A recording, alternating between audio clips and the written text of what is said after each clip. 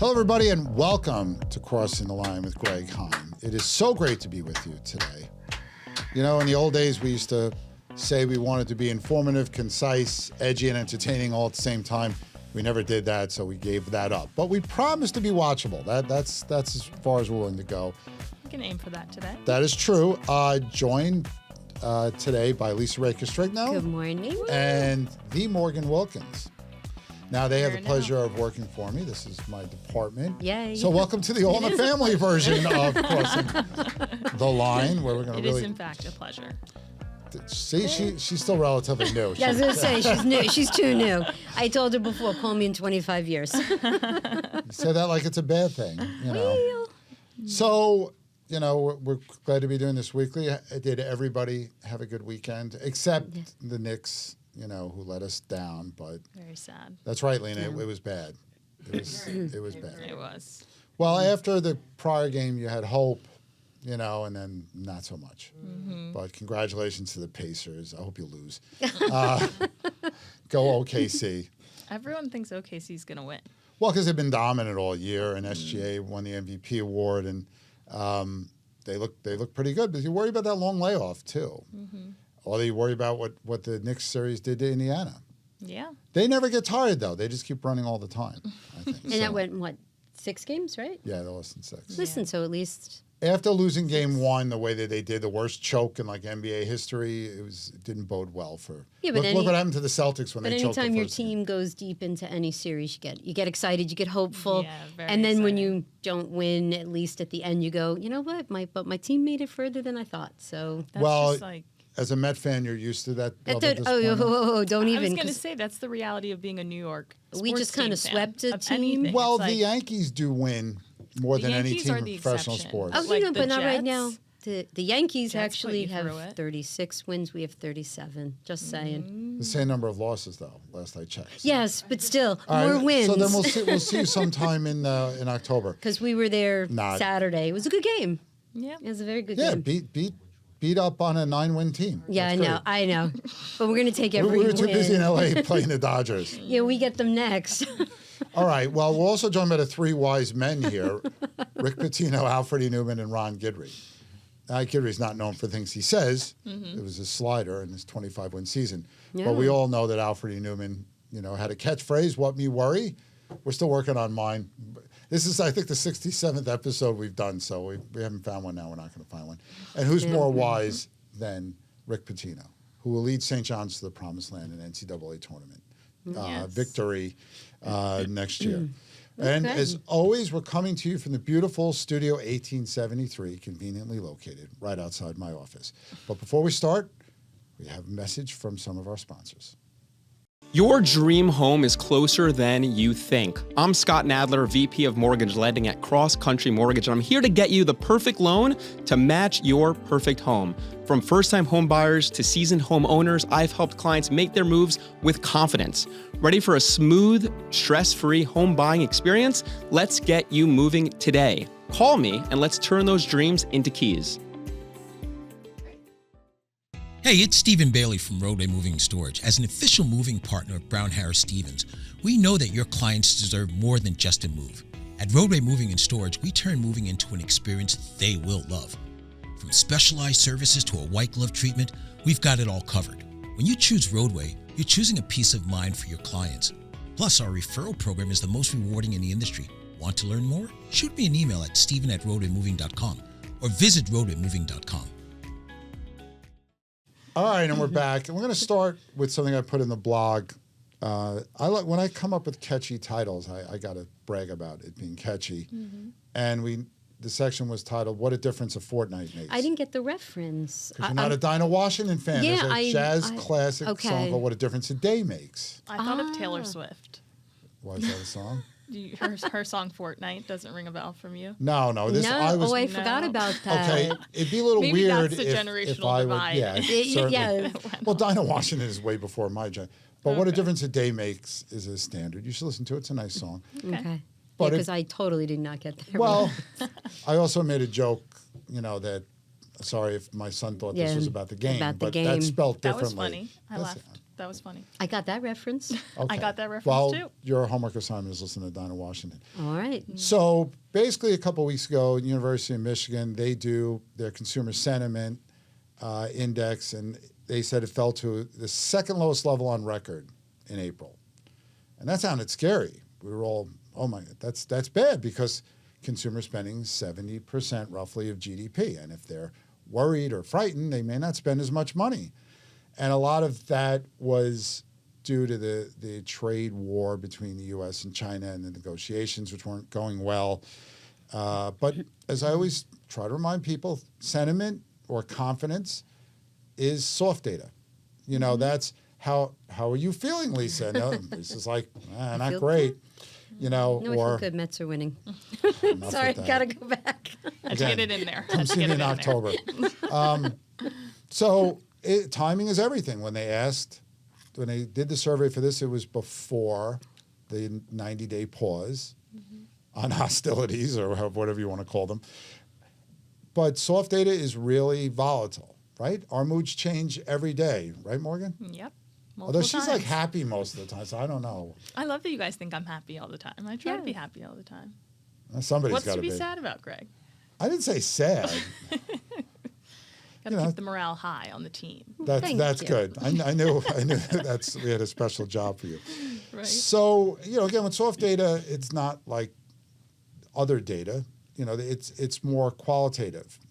It's like how you're feeling, how do you see the future, and it's driven by your feelings, opinions, the day you're having, right? Mm-hmm. So it can go back and forth, and then you flash forward 2 weeks to last week, and the Conference Board releases their Consumer Confidence Index. Came in much higher than expected. Why? Because of the 90-day pause.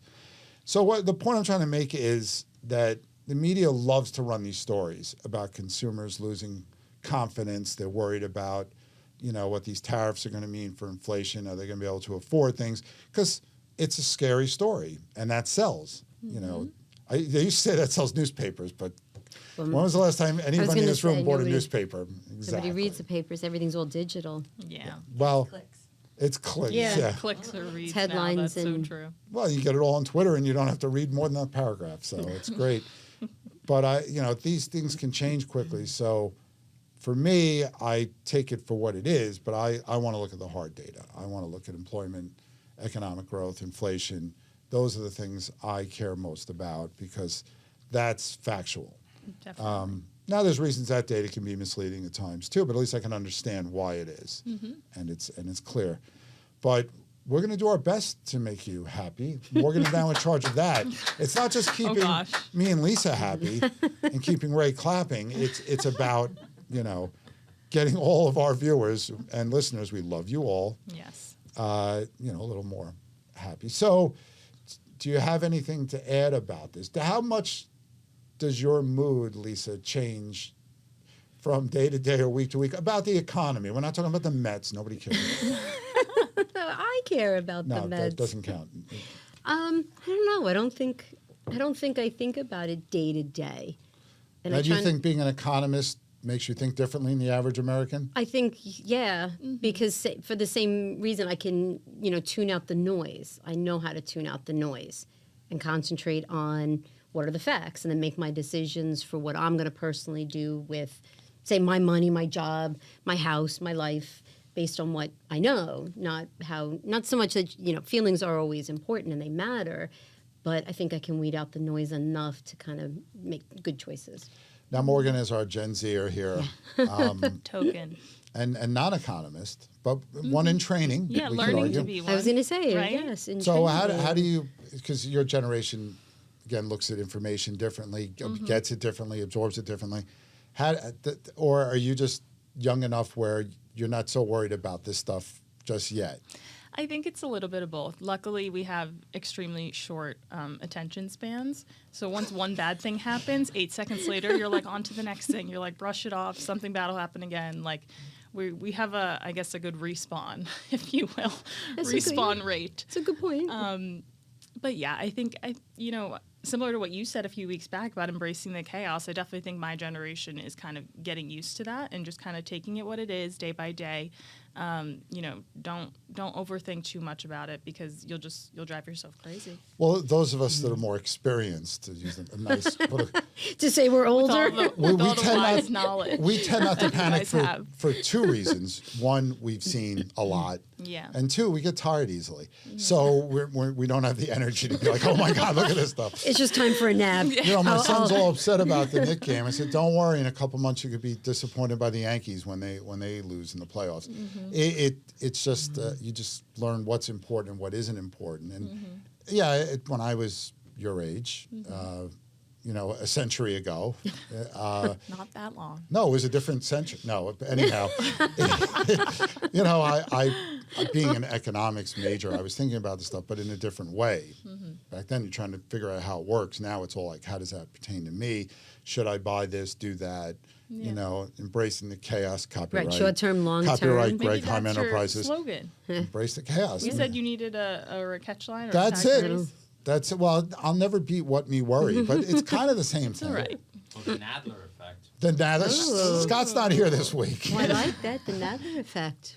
Nadler rule. It's a Oh, it's a Nadler Nadler rule? Okay. Copyright Scott Nadler, Lone Daddy Enterprises. Yeah, they're great. They're a great group. I got to chat with a few he's- for some personal business of my own, and great people. That I can say on a, And he's a pretty good co-host. What can I say? No, he's a nice guy, Definitely. but having dipped a toe into some of the products that they offer and actually having personal contact, I can say very pleased. Okay, Very well, pleased. They're Good. a great group. now that we're all happy, Yes, that made me very happy. Brought my index much higher. okay, you don't get your own. Okay, but when Lisa Ray gets happy, and then Lisa Ray can make good money decisions about Lisa Ray stuff. So. Like buying me lunch after the show. Or finishing my so basement. We did have good news this week. Inflation lower than expected in April. It's funny, this is like the third time we're saying this because when the CPI came out, that was lower than expected. PPI was lower than expected. And this is, we have the PI brothers, and then we have the cooler cousin, I guess, PCE, the older one that's seen things. Right, but isn't this also what the Fed is supposedly what they're watching closer than CPI and PPI and making their ultimate decision? For those new to the show, welcome and thank you. PCE stands for Personal Consumption Expenditures, AKA what we buy. Yes. So Spending. when we talk about Goods and PCE services. index, that is a price index attached to those. So why the Fed and economists like the PCE data better, it's more complete because it doesn't just look at prices, it looks at spending. Because if Rick Pitino bobbleheads get expensive, I may buy more Alfred E. Newman non-bobbleheads. The old one we always use is steak becomes expensive, people eat more chicken. Those sort of things. Since they're looking at more complete spending data, they can look and see for those shifts. And it gives them a better idea of when you have an index, you have to assign a weight to everything. Like how much is housing waste, how much is weighted, how much is restaurants and what you spend in bars. So they can break it down in categories. And with CPI, they do that by asking you. Here, they don't have to ask because they have the data. So it's much more complete and much more accurate. But showing the same thing, core PCE, again, we look at core because food and energy prices are volatile. In fact, the only prices actually going down right now have been energy prices. So that's why core is higher, not much higher, 2.5% over the last year. Regular, weird to say regular. Regular. It's like regular unleaded. You don't remember this, Morgan, but they used to have like two types of gas back in the day. Now I'm driving an electric car, so I don't care either way. But so that was 2.1%. So 2.5% is lower than expected, and the lowest level since March of 21. So that's all good news. And it would be great news for rates if Taramania, copyright Greg Heym Enterprises, wasn't going on right now and having everybody panicked about inflation down the road, which again is not going to happen due to tariffs. But that's still in question, right? This data has been subjected to some tariffs, but with pauses here and pauses there, we won't know the full extent I can tell you what it is, but we don't know the full extent until it actually they are in effect, or they go away, or they're finally negotiated, whatever it is. You know, you can't tell the players without a scorecard, as they used to say in the old days. A scorecard, Morgan used to actually write down what happened. I remember what a on the thing. scorecard is. So That's just me. this, you know, a logical question is, well, Greg, will you let the Fed cut rates now? Because inflation is going in the right direction. If the chairman was here, he would tell you no, because we still have to wait for these tariffs and what it means and all that stuff. The long-term effects. Yeah, well, not long-term, just knowing what they are at first. You know, Yeah. you think about it, they're not going to be what was proposed. It's the beginning of a negotiation between the administration and all these other countries.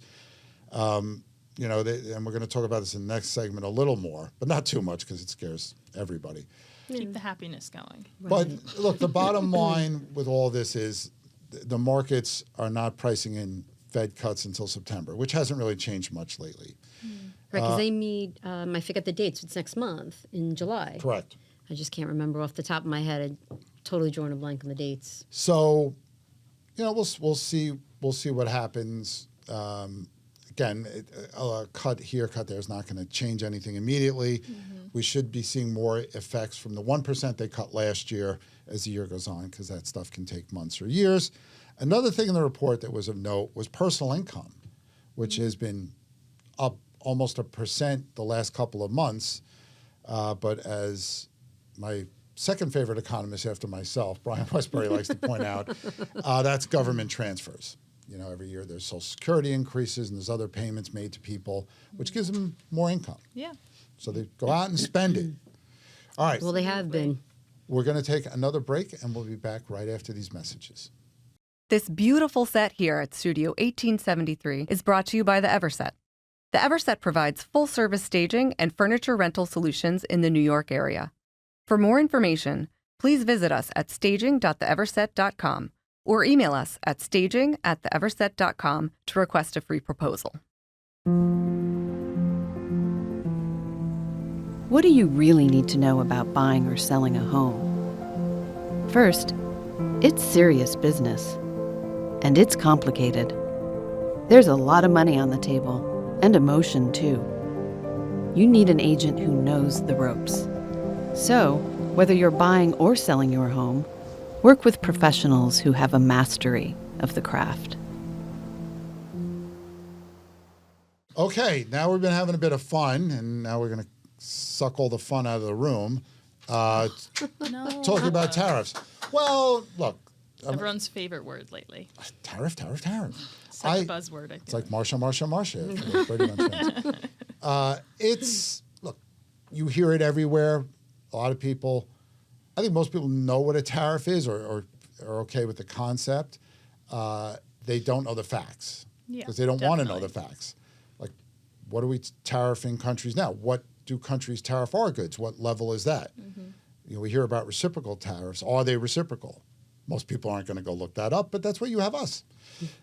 So, I mean, we're just going to quick give an update. The big news was a federal trade court had blocked most of the administration's new tariffs. But then shortly after, as a case, an appeals court said, no, they can stay in place for till at least June 9th. They have to argue this and work this stuff out. So that was a scary, 24 hours. We didn't know. And now it's like, everything is paused.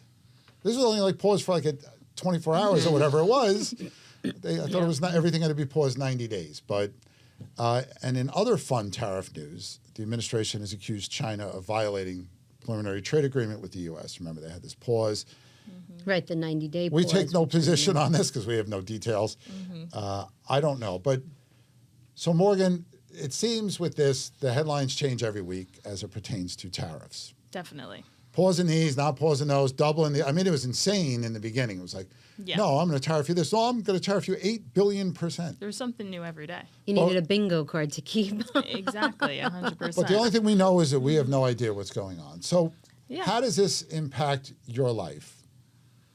I mean, I think this goes a little bit back to what we were talking about before. I mean, I try not to let it, because the story changes every single day. You don't want to go into a tailspin about it and be overthinking it and be really stressed out about it. Because at the end of the day, we don't know, what's going to happen, and we're not in control of what's going to happen. So I think it's, of course, keep taking in, news and information, and, more knowledge is always better. But That means tune don't into watch the it. show every week. So listen to Crossing the Line, because we are giving the knowledge. But no, I mean, I don't let it affect me personally, or I think people young Does it and my impact age. your spending? Are you rushing to buy things now? Or no. you're just like, nah, I'm just going to. No, I think that's happening to a lot of people. I think young people are like saving their money and not trying to, spend right now. I feel like I'm not trying to spend right now. I feel like it's just when there's uncertainty, people hold on to their money. It just happens, with a variety of things. There's a level of comfort in that, I guess. Yeah, well, the savings Yeah, I rate was think up when last people- month. Yeah, Yeah. personal. I think it was like 4.6% or something. See what happens when I hand them reports Savings to rate. Yeah, no, but that's not a bad thing. People are No, well, we're It is The only good. Consumer difference is- spending is down and people are saving. The converse to that, yes, is exactly well, one of the that. reasons You consumer put more in the spending bank, has been spend weak less. That's is true. everybody rushed to buy before the tariffs took effect. Yeah. So that's why there was also a huge drop in imports of goods in this Right. country, which bodes well for second quarter GDP. But That also affects spending. yeah, no, I mean, people, we always talk about fear of missing out. This, FOMO?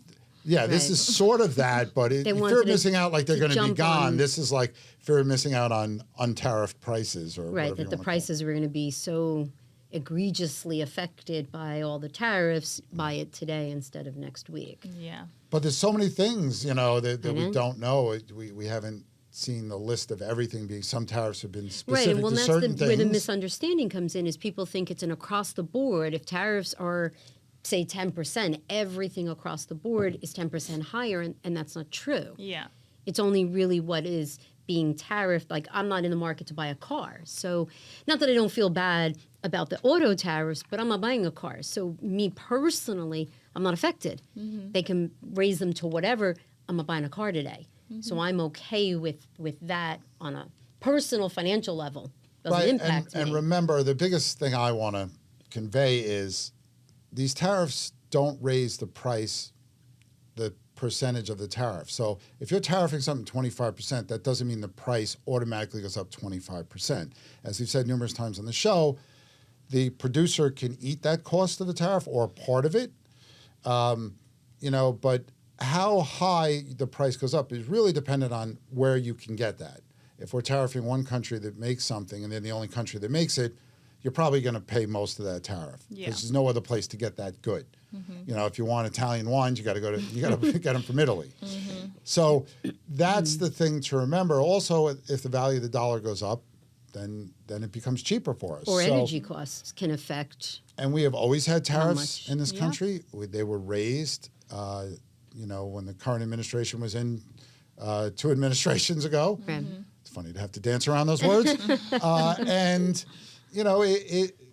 It's funny. There's all these carve-outs too. Like people worried, how much am I going to pay for iPhones, or what is going to happen with this? We don't know. We don't know, and we're not going to know until these tariffs are permanent or quasi-permanent, and they start importing them. Yeah. Who's going to pay? But this is why for the that? confusion leads to the lower confidence, because people don't know.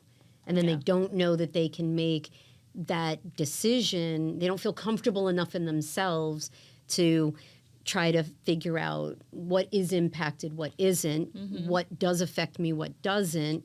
And so now your confidence is low because you don't know what to do. You don't know what it all means. You just get fed up, and you're like, enough. Right. That's how I'm fighting back. Just Well- stop shopping. It's fine. I always say the stock market is the greatest mood indicator, and the stock market was in a really good mood last month. Yes, it was. The S&P 500 was up 6.2%, and the NASDAQ jumped almost 10%. Yes. So after a brutal April, Yeah. May was Very. much better. April crashes bring May bashes. Copyright Greg Heym Enterprises. I just made that up now. I really did, Morgan. Sounds like the. Thank you, Ray. See, Morgan, you see what I've had to do 25 years. I do. Now, Lena, was that catchy enough? I'm just checking with the Sounds marketing like department. you were copywriting April showers, spring May flowers. I was ripping that off, yes, but I Yeah. don't think that's. Plus, I find that we have much bigger rain here in May than April, but that's just my I experience. mean, it I seems to. feel like it doesn't even feel like summer yet. No. This is not. But later this it's week June. it will. It's going to get June much warmer 2nd. this week. Yeah. All right. We will get back to summer to winds the and weather. other things after this final commercial break. Ultimate Diamond is New York City's most established family-owned jeweler. With over 65 years of experience, Ultimate is renowned for its exceptional, custom-crafted diamond jewelry, its bespoke engagement ring designs, and its ability to source rare, distinguished timepieces. Ultimate has built a legacy of timeless craftsmanship and discretion, making it a trusted name among those who value refined luxury. Learn more at ultimatediamond.com. Hi, I'm Evan Greenberg with Langdon Title. I specialize in title insurance across New York, helping real estate attorneys, agents, and brokers close with confidence. I solve problems fast and keep your deals moving. Contact me anytime. All right, and we're back on Crossing the Line. Well, since we are in real estate, let's go to housing. Yes. You know, it was nothing but bad news in housing last week. Every report that came out was scary. And obviously, it's a frustrating time. So let's just hit these in order. Not in order of pain, but sort of in a random order. It all starts with mortgage rates. That's the biggest problem now. And even though it shouldn't be, I think, to buyers, they're laser focused on this. Yeah. It's like rates up, bad time to buy. You know, it can never be a good time to buy. Meanwhile, the average 30-year mortgage rate historically has been almost 1% higher than it is now. And people manage to buy houses and be very happy with them. But is this the problem, Morgan, that your generation grew up in this era of ludicrously low rates and low levels of inflation, that you see the exact opposite happening now and you go, wait, this isn't supposed to happen? Yeah, definitely. I mean, I think it's scary buying your first home and, you know, going through that process in general. And then when everyone around you and every article in the media is also telling you that rates are horrible right now and you're getting like the worst deal, like it's not very reassuring and like motivating, I think, to start the process if you haven't bought the home yet, or maybe to kind of get yourself to the finish line if you are, you know, maybe deciding on purchasing. So I think it's definitely, you know, scary, but you know, I think as you say, and we've talked about before, like you have to do it. Like you have to put yourself out there. You have to buy, you know, if it's a good time for you, then, you know, rates have been better and rates have been, you know, worse at times. But rates change, right? The price Exactly. you pay does They not fluctuate, change. so, yeah. And, you know, the thing that's confusing for those of us, you know, that follow these things is a lot of the things going on right now should be bringing rates down. You know, again, you have inflation going down, and we're very happy about that. Right, it's moving in the right direction. But rates aren't. Right. And this is the conundrum or paradox or other words I don't remember because I took the SATs 40 years ago. You know, it's contradictory. You know, it used to be we understood like a good jobs report would be bad for rates. Rates would probably go up. But then when people worried about recessions, a good jobs report will actually bring rates down because it's not good enough. So how do we live with this stuff, Lisa? You know, how do you get through the noise of all this stuff? I don't know. I mean, look, I've been in my house for 10 years. I'm not going anywhere. So I feel for people who have to buy now. I don't know what that's like because But we have made plans. my We purchase. renovate homes sometimes. Well, yeah. We Well, I am wanna- knee deep in the stuff middle like of that. A major renovation that's been going on for a while. I know I've had to hear about it every day. Go I can ahead. show you pictures, and it looks lovely. Floors I going wanna see down. pictures. It looks really great. Say that she'll bring in an album.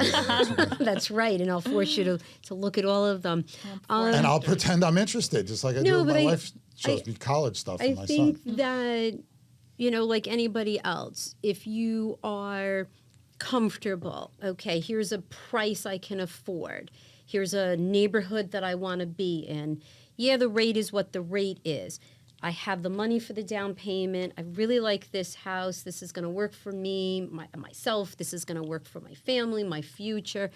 I think people should buy. Worrying about, you'll spend forever. Yeah. And then as we were talking about earlier, you always then feel like you don't want to, you know, pay, like nobody wants to pay at the top of the market, right? But if everybody keeps waiting for the bottom of the market's already gone by the time you realize the bottom of the market already happened, and you're still up on an upswing. Right. So I'm always of, you know, like we've talked about this, and I've said in our podcast before, when I bought my co-op 20 some odd years ago, my rate was I think 7.6 something, which is high. And at first I'm sitting here going, okay. Well, historically, it's not high as we try to. Understood. To mortgage generation, it's like 2.5 times what they expect Right, rates but to for be. a first-time buyer, when you're sitting there and you're looking at all of the things that are going to go into the purchase, right? So the down payment, okay, great. Well, I have that money. Well, now can I make the monthly payment? What does 7% mean long term, and how much interest overall? And then you realize, well, it was the right apartment. I fell in love with it. The price was great. I could do some work in it. I bought it.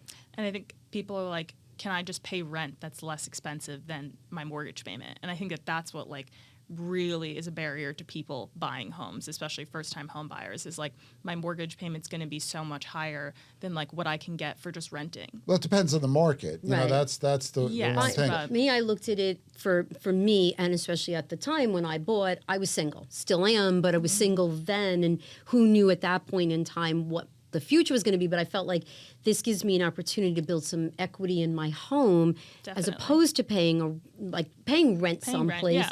Then I could have some built didn't exist yet. Equity, and for me, it worked out great. I sold my apartment, and it was what helped me get into my house. But your generation has an advantage, Morgan, that our generation, the better generation, Gen X, Should we fist pump and high five? Better renovation, I'm outnumbered No, we're right too now. old. We might hurt ourselves. I might sprain something. Don't break a knuckle. No, the biggest gosh. advantage you've had, and why, as much as people might think the contrary, Gen Z buyers are buying more than the previous generations in many age groups because of the fact that not most people, but a lot of people don't have to live near work.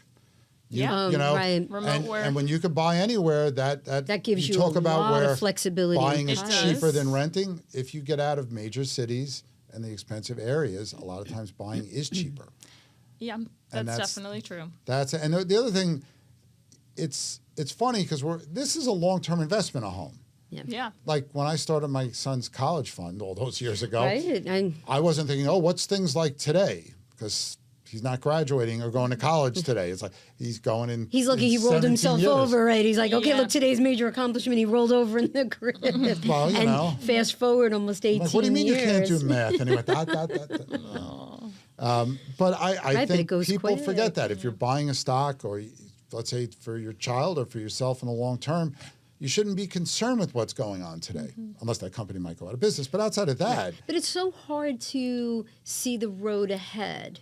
Sometimes, you can see the road ahead, but then like everything else, stuff comes up, and then you start to worry about those things somewhere down the road. See, I didn't worry about the financial ramifications. And it almost hinders your ability to, like you say, pull the trigger, move forward. I was more worried buy about the property, things breaking and having to fix it. That's what had me more concerned when I bought my house. Yeah, right, that's but true, do you have the money a pipe for breaks, it? You don't call a landlord. You have to pay. You have to take care. Well, How do I shut the water off? I call Maybe I Lenny. should have asked that during the walkthrough. According to Greg, I just call Lenny, and then Lenny comes running over, and he's got his toolkit. Well, you shouldn't no, run, it's but a big it's responsibility. Lenny takes but it. it's also, and that's another thing I think that can hinder people is then the thought of the maintenance. If I rent, I call the super. If I own, I am the super.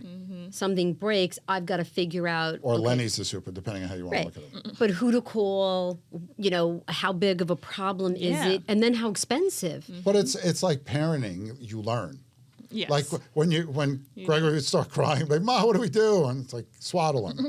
And my mother was like a ninja. She would come in and, they stayed with us when Gregory was born for a week, I think it was. Aww. And my mother, he's crying. I was like, we can't get him to stop crying. My mother kind of looks, grabs a little blanket and swaddles him. And then he was fine. And then he's sleeping instantaneously, and she walks out and dropped the mic. Yeah, she was because grandma. You're on your own Now, now. when I was, that's a grandchild. When I was a little kid, she'd probably go to sleep already. She was trying to figure it out then, just like you were trying to figure it out. Yeah, we're always trying to figure out the next stage in life. 100%. All right, in other depressing housing news, pending home sales down 6.3% in April. Now, pending home sales are counted when contracts are signed, so it's kind of a now indicator. Yeah. When we talk about existing home sales or most closed sales, that's showing you a market several months before that, and it was worse than expected. Yes. And the tough part is inventory is up. It's Yes. still technically a seller's market, but less of one. Buyers have a lot more power. And if you don't believe that, well, Redfin came out with a report last month, that said there are nearly 500,000 more home sellers in the market than buyers. And I think they said it was is a big wasn't it number. the widest Well, they've been gap doing or- this since 2013. It's the Yeah, widest in that time. Because look, you overshoot in one direction. There's nothing for sale. Everybody panics, starts buying up everything. Yeah. Now inventory is rising, but the problem is the prices are still going up, although Yeah. at a much slower pace. Rates are higher, and that's negating the fact that there is more homes. Something will give at some point. Markets, the housing market's not as efficient as a stock market where stock prices can change like that based on a bit of news And or a there's change always to the company. difference if a seller has to sell or they just want to dip a toe and see, what can I get for my property. And this Yeah. is why we keep saying, I keep saying, copyright Greg Heym Enterprise, embrace the chaos, because we see that there's a lot more sellers and buyers out there. They either need to or really want to sell. That's why they're on the market. So they're going to be more nervous than you are as a buyer. If you wait for certainty, one, you're never going to get it, and two, if you get anything close to it, prices will go up again, and you will lose out on the deal of a lifetime. This is the time when you have the negotiability. I think at a minimum you should be out there looking. And remember, we talk about rates. Scott always says, don't look at what happens to the rate. What's happening to your payment? And nobody guarantees you can refinance in a year or 2 years. We all thought rates would be lower by now. Yeah. But Right. inflation has been sticky, and the reason is because the biggest contributor in the CPI numbers, which accounts for more than half of the increase each month, is housing. Yep. So it's Right, the shelter costs. It's as kind we of like talked it all about. comes in a Exactly. full circle. Definitely. And finally, the last bit of sad news that came out was a report on starter homes by a company called Cotality. Hopefully I said that right. And it found the median price for a starter home, and they did this basically by size, is up over 40% since 2020. Now that's a startling statistic. Right. now when I tell you what many the to median hear. price of a starter home is, it's not going to sound so bad because we live in New York. It's $287,000. I'm moving. Yeah. Well, So- Where is that located? that's New York City for you. But- Like, oh really? Where like can we we get talk that? about- All right, I'm going to move and retire. Yeah, exactly. You're like, for that? Here in Manhattan, all the new development, I think you can buy a for parking the spot most for that. for the most part, the new development here is luxury, very expensive condos because that's Yeah. what makes sense. The same tax incentives aren't offered today as they used to be years ago. So And pretty the much cost to build. you're either assemble land and all the construction costs, everything is more expensive. So that a lot of times the only thing that makes sense is luxury product. This was interesting. In the 1950s, small homes made up 92% of new construction, which makes sense. Post-World War II America, GIs returning Spreading, home, right. Towns moving like to places, Levittown.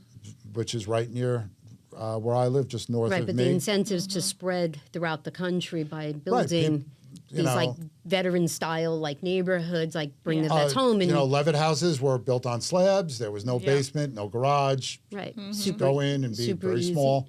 Luckily, my Levitt house was dormed before I bought it, and then they put a garage up. But now that figure is about 20%. So, there's this disconnect, and for the longest time, the only new homes that seemed to be built were these McMansions. Things got bigger, Oh, bigger, gosh, bigger. yes. Oh yeah, everywhere. And See now, all over Long Island. another thing, 20 years ago, the median age first-time home buyers was 31. Now it's 38. Now, Wow. I don't know if that makes me bad or lagging because I bought my home at 36. So I think that makes sense. I think everything's happening later now. No, I fit People are right getting in there married because when I later, bought my people are- apartment, I was almost 30. So you guys are perfectly. See, I was perfectly median. perfectly in time. well, I was in this behind the statistic. game back then. I was the Yeah, perfect you were median. late to the game. But you know what?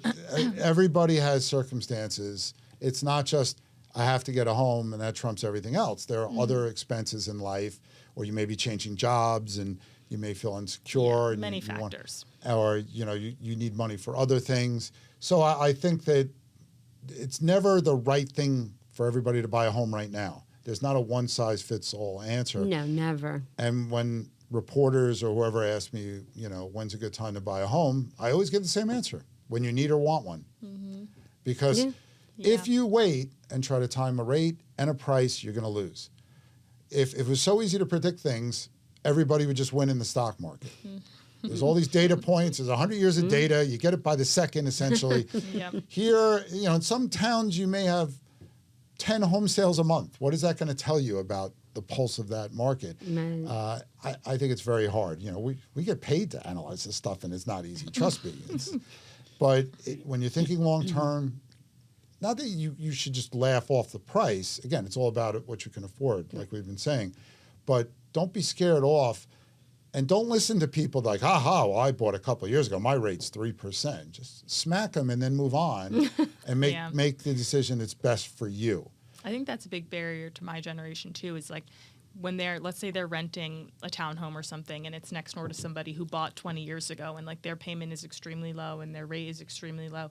People have a hard time understanding that and justifying paying what they're paying now, given their neighbor who maybe lives in something that's larger than theirs or maybe of the same size, and they consider, you know, those two homes equivalent, but they're paying so much more now. Well, just keep in mind that when they bought that townhouse, 20, 30, 40, whatever it was, they were probably laughed at by people that paid even less. Right. So Absolutely. you want to be that older person it. going, Plus, people get stuck in their homes. You may laugh about see my nice house, my cheap mortgage, but then if you need to go someplace, you're in the same boat as everybody else out in that market and have to give up that nice 3% mortgage just to go find something else because your family dynamic has changed for some reason. Yeah. You're upsizing. We're all living in the same day and age now. Right. So we're all in the matter when we same bought. market if we're all buyers or sellers. Yes. It doesn't matter anymore what you paid for something or what your rate is because it matters today. If I'm going to put my house on the market today and move smaller, bigger, whatever, I am competing with everybody else in today's market. I'm going to have that same interest rate. I'm subject to those same prices, all the same dynamics. So it might be great to be like, I got my nice cheap mortgage, but I'm not going anywhere right now. But the minute I go, I think I'm going to sell. I think I got to go. Yeah. I'm everybody else. well, just a lesson from my own experience. I bought my house in Long Island in 2006, which was the I was going to absolute say like peak top time of the to buy morning. it. Price has never been that high. They've never been that high again. Rates were like 6.5, 6.75. And it's like, you're an economist and you're doing this? I said, I want the house. I'm going to raise a family here, and it's going to be great. I can sell that house now for so much more. And it's funny because you trace the time I've owned it. Remember when the SALT cap came into place, it's only $10,000 in state and local taxes. Right. No one's going to want to live in Nassau County. The property taxes are too big. Your house is worth nothing. Price goes up. Then COVID happens. Price goes up even more. When I look at estimates of what my home is worth today, I just want to stick it in their faces saying, you were wrong. Yeah. Over time, assets like homes tend to appreciate. How much is anybody's guess, but And if you also take good care of the home, and that doesn't mean spending a fortune renovating it. It just means taking care of it. That's all you do is renovate. Yeah. You're not one to give advice on that. Well, I bought a house that was very well maintained. It was not cosmetically updated. I've chosen the cosmetic updates. But if whatever you buy, if you take care of your property, if something breaks, you fix it correctly. Even if you haven't renovated everything under the sun, it still has value. Because do somebody that. will walk Home that in has and good go, bones. this has been a very well maintained, maybe it's not the paint colors and the kitchen scheme I want, but this is perfect. But I can still do the this. other thing you don't realize until you get a mortgage is in a lot of places like Nassau County where we live, the value's in the land. The home's almost insignificant. Sometimes. Because when land is scarce, land's worth more than a home. Because to put up a home is not that expensive. You see the median starter home price is $257,000, whatever it is. Yep. That's probably all in the construction. Yeah. But when you get a mortgage, you have to insure your house for the value of replacement of the home typically. And when I looked at that, I'm like, wait a minute. And then my attorney said it's the land that's the value. Yeah. Anyhow, on that happy note, we're going to let you guys go because you've been such great listeners and viewers now. Yes. I want to thank Morgan and Lisa for being on the show. Now get my back to work. pleasure. And sir. thanks, Ray and Lena, for being so supportive and helpful. Thanks, Ray, for the clapping, Lena, for the comments and the reassurance. And, it's a big week. We're in jobs report at the end of the week. So make sure you tune in next week when Scott Nadler will be back and we'll be dissecting that. And, we will all get through this. You always got to keep a long-term view about everything. And, think that's probably the our best teams advice. don't win. We just got to move on with it. Remember what's important in life, family, health, that kind of stuff. And the minutes. No. Just to bring it full Yeah, because circle. all those Met fans go, I'm not. It's like I'm a Jets fan. It's like I don't. How can I have more aggravation? Oh, I'll get season tickets to Jet games, and I'll have. Anyhow, well, thanks again for tuning in and crossing the line with us, and we'll see you next week.